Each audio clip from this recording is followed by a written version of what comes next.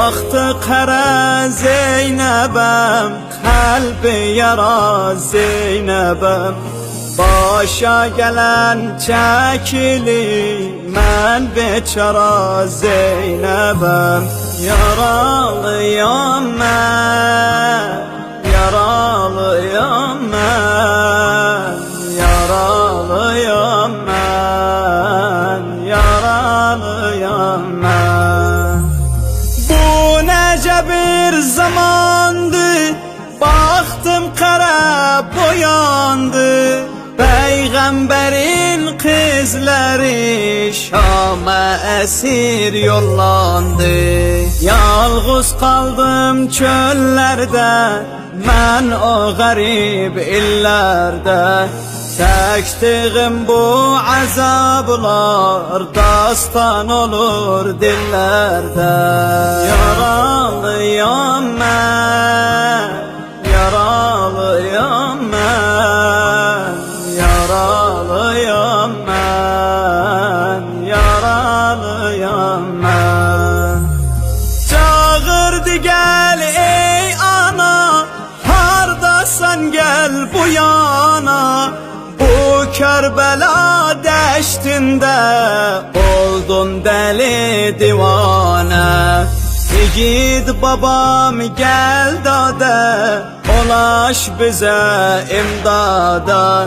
Kalma Necef şehrinde, gel bura bak feryada.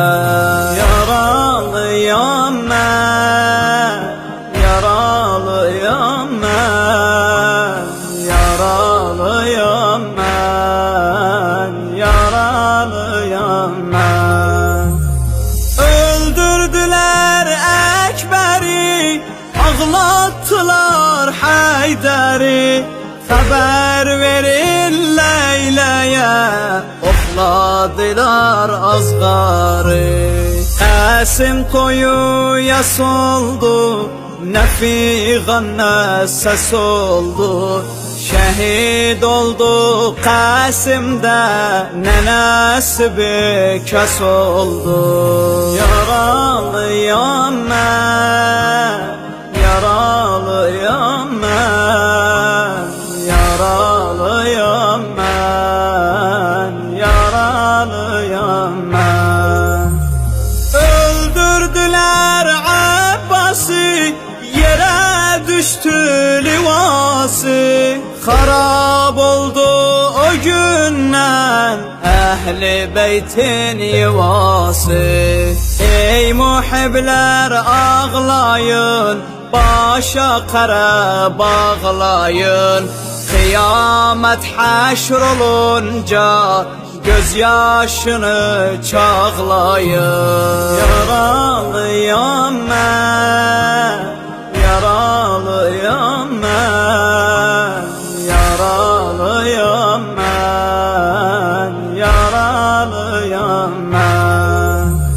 Hüseyin düşübdü yere, asman kara yer kara.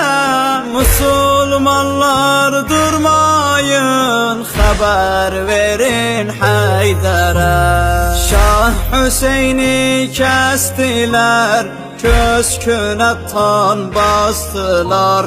Yazık kesik başını, ok üstünde astılar. Yaralıyam mən, yaralıyam mən, yaralıyam mən, yaralıyam mən.